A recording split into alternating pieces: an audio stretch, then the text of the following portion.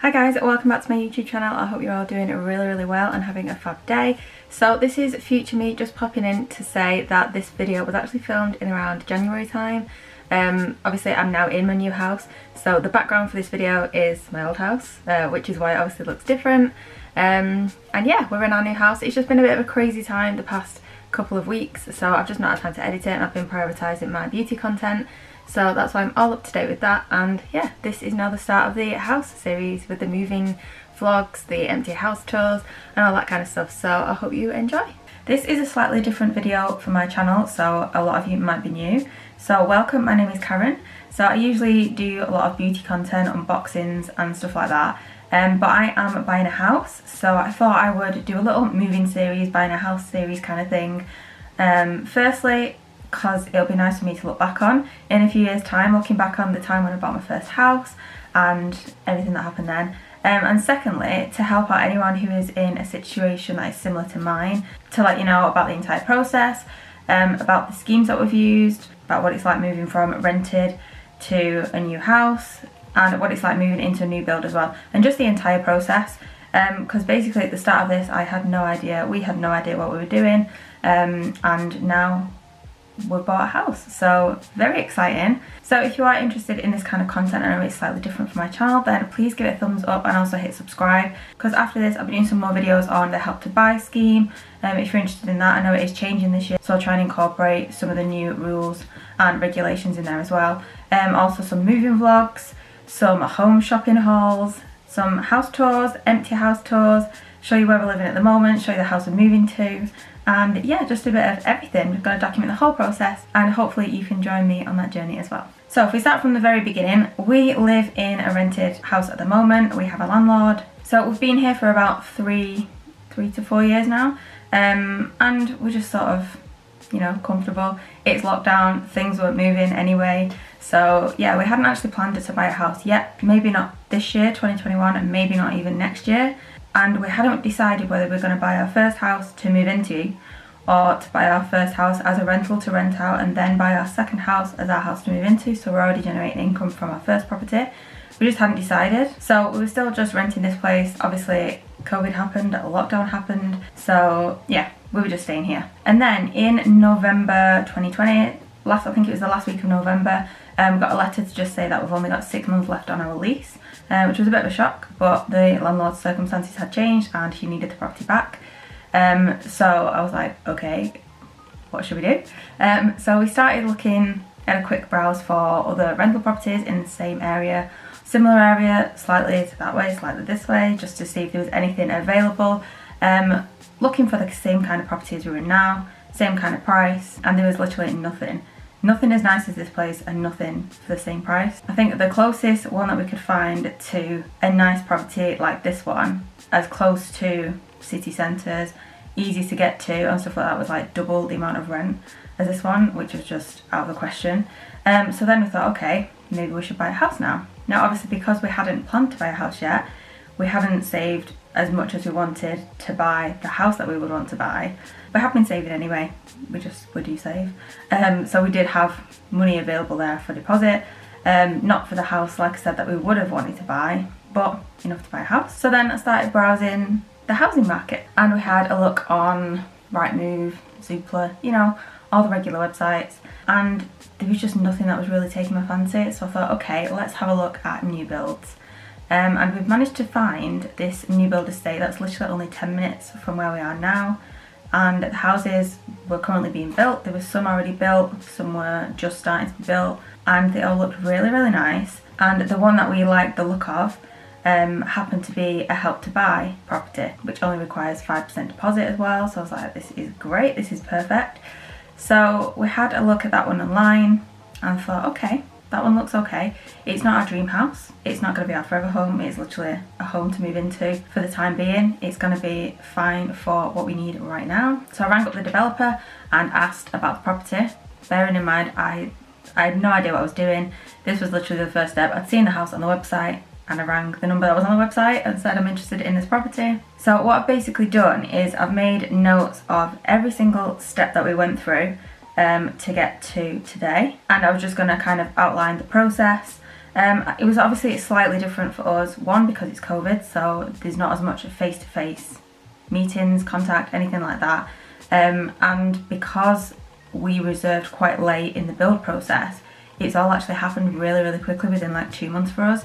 Whereas there are other people who have reserved plots on the same site who have been waiting like a year to move in because they reserved it 12 months ago. So ours have been really, really quick, which I think I prefer actually, because everything's just happened. And with these restrictions in place with COVID, it's actually worked out better because everything's just been done over the phone and via email, so I've not had to go anywhere and do anything, which suits me just fine. Okay, so basically the last week of November was when we found out we only had 6 months left on the lease. So that's when we did a bit of Googling on properties. During that week, we called the developer. They weren't available for 2 days. I think they were at the office, so then they called back 2 days later. So they basically talked me through the property and said it's part of the Help to Buy scheme. Now at this point, the only Help to Buy I had actually heard of was the Help to Buy ISA, and I had one of these ISAs, which I'd just been putting money into as and when. And I knew there was a limit to the value of the property you could buy, and at this point, the highest value property you can buy to use the bonus with the Help to Buy ISA is 250,000. So this will obviously change as time goes on if you're watching this video further down the line. But yeah, at this point it was 250,000. Now the house that we looked at was higher than that, so I knew I wouldn't be able to use the Help to Buy ISA, but I didn't know what the Help to Buy scheme was. So when I was speaking to the developer on the phone at the sales office, who told me about the house, he just briefly explained the Help to Buy scheme. And then also recommended a mortgage advisor for me to speak to as well. So I went away from that phone call with some details of a mortgage advisor and also some details on the Help to Buy scheme.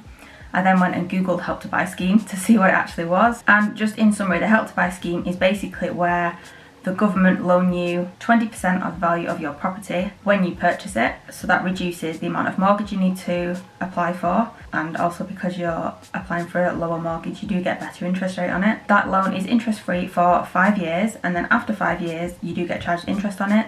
And then after the 25 or 30 year period of the mortgage, or when you do come to sell the property, then that's when the loan is repayable. But it is repayable at 20% of the value of the property on the date that it's sold. So if I purchase this property today and say the loan that I got was, call it 50,000, if then I sold the property in 10 years and it doubled in price, then if I haven't made any repayments for that loan, then I would basically owe the government 100,000 at that time because it's doubled in price and the loan has doubled as well. So that sounds pretty bad, but if you can repay the loan in that 5 year period, there's no interest, and you've basically got a better rate on your mortgage, you've got a lower mortgage, and you should be able to pay it off quicker. So we kind of had a look at that and thought, that's doable, that sounds really good. So that's what we went for, and it did mean that we've got a really, really good mortgage rate as well. Now obviously the loan isn't for everyone because sometimes it's not possible for people to budget to pay back that larger sum within the 5 year period, but if it is possible, it's definitely worth it. Also, if you do want to rent the property out later down the line, then that loan has to be fully repaid. So if we want to buy another house but keep this one and rent this one out, then that loan has to have already been repaid before we can do that. So that's something else to bear in mind.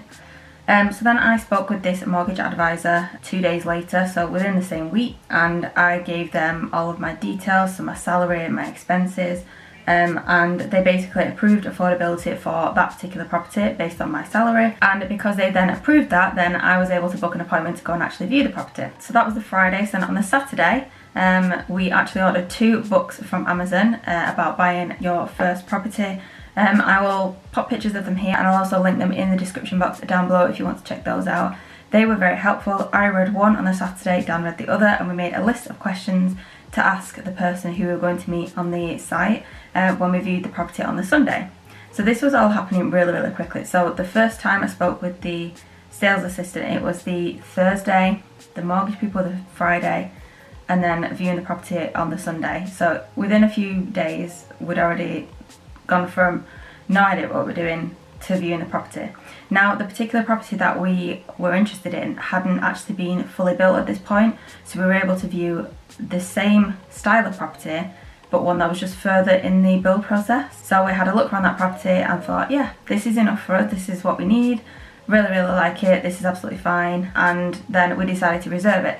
So when you make the reservation, you do put a deposit down. So we put down £500 just to reserve the property. So again, within a week of knowing that we were leaving this house, we'd already paid and reserved another property. So it was all really, really fast. Yeah, a little bit scary, exciting, but scary. I was thinking, am I doing the right thing here? This is all really, really fast. So then after putting the reservation down, we got sent all the documentation, reservation documents, consumer code, and then we had an appointment booked for the Monday, so literally the day after, to make our choices of the property. Now when you're buying a new build property, depending on when you put the reservation in, you can make certain choices for like flooring, for your kitchens, for your bathrooms, for your tiles, all that kind of stuff to just kind of personalise it for you.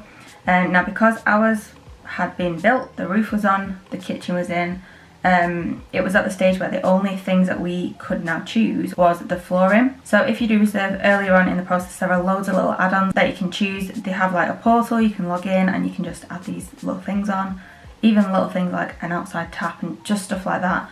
And you also get to obviously choose your kitchen, the style of it, the worktops, the cupboards, what kind of tiles you want in your bathrooms and stuff like that. Also if you want any additional lighting, for example like lights underneath the cupboards in the kitchen, or if you want spotlights or pendant lighting, all that kind of stuff. The only things that we could choose was the flooring, which was okay. We weren't expecting anything anyway like that. So we then went into the site office and had a look through the flooring. We did pay to upgrade a little bit, which meant that the carpets were like thicker, and the lino flooring was just a bit nicer, a bit more luxurious. So yeah, we chose that. So we chose the carpets and the flooring, and we had to pay 25% of the flooring at that point. In that meeting, we also talked about like the street lighting, the gradient of the garden, all these things that I would never have thought of. The developers recommended a solicitor. We don't have to go with those, you know, we could have chosen our own. We did a bit of research though, and the costs were going to be pretty similar. And the developer said that basically if there are any delays from the solicitor, then if we're using theirs, then they can just chase them directly. Whereas other people who I've spoken to in the same process now, where their solicitor have had some delays, the developer is literally nagging the customer. So it is a little bit annoying, but we avoided all of that.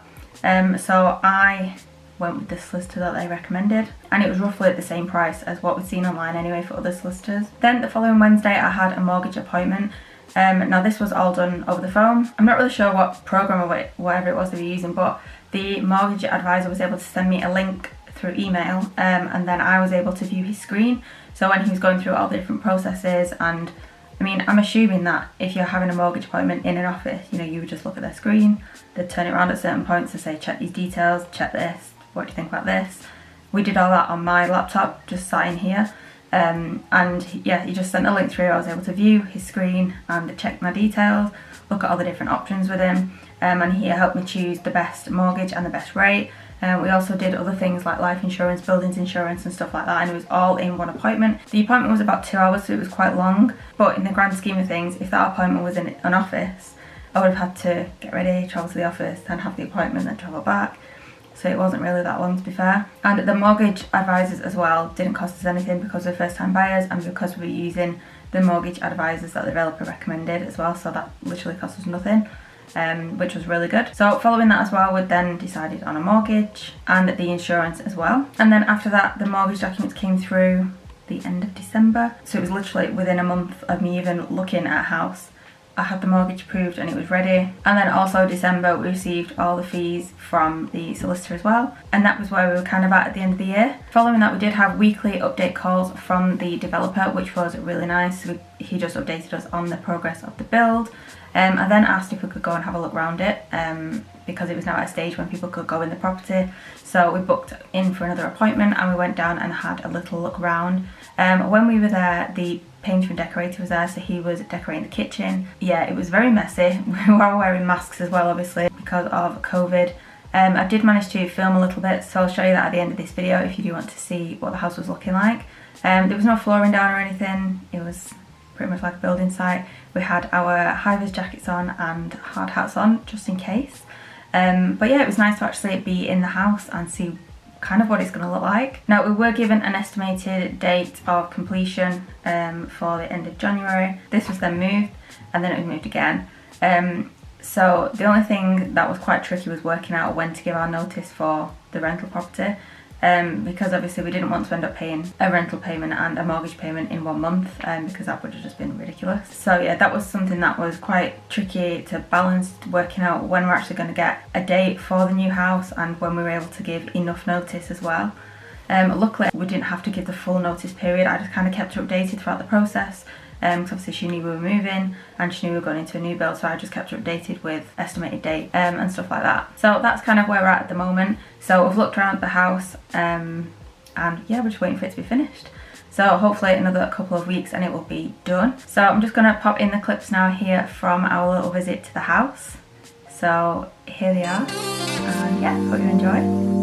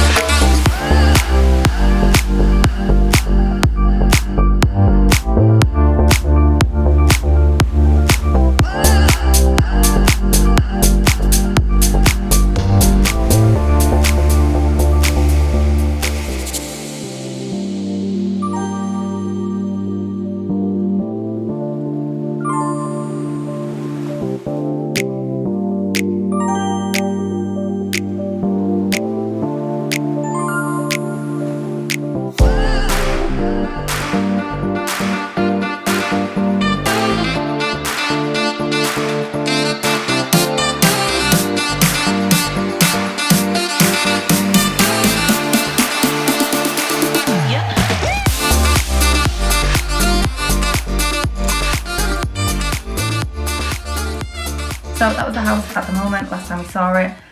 Looking really, really good. I'm very excited to actually move in now and see it with like carpets and flooring down and stuff.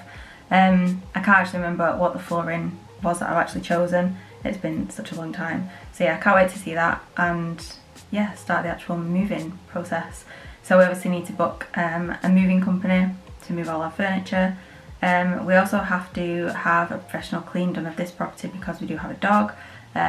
So that's fine. And then we're also going to be booking a snagger as well. So many people have recommended getting a snagger with a new build property. They just basically go around and just check everything, check well the whole entire property, the build, the walls, the plumbing, everything. And if anything is wrong, you've got a full report, and then you can just take that back to the developer and they should fix it. So yeah, so we're going to pay for a professional snagger to go in as well, so we need to find which company we're going to go with and yeah, get that booked in as well. So if you have any questions, any ideas or anything for videos on this kind of content, if you want me to explain the Help to Buy scheme in more detail, or anything about buying a new build property, then let me know in the comments down below. I'll be happy to answer those questions. But the next video that you will see is probably going to be the empty house tour when we do get the keys, and then I'll be doing a couple of moving vlogs after that as well. But yeah, if there's any content you are interested in seeing or you just want to know more about, then please let me know. I'll be happy to do videos on those. So thank you so much for watching, guys. I hope you found this interesting and helpful, and yeah, I will see you in the next video.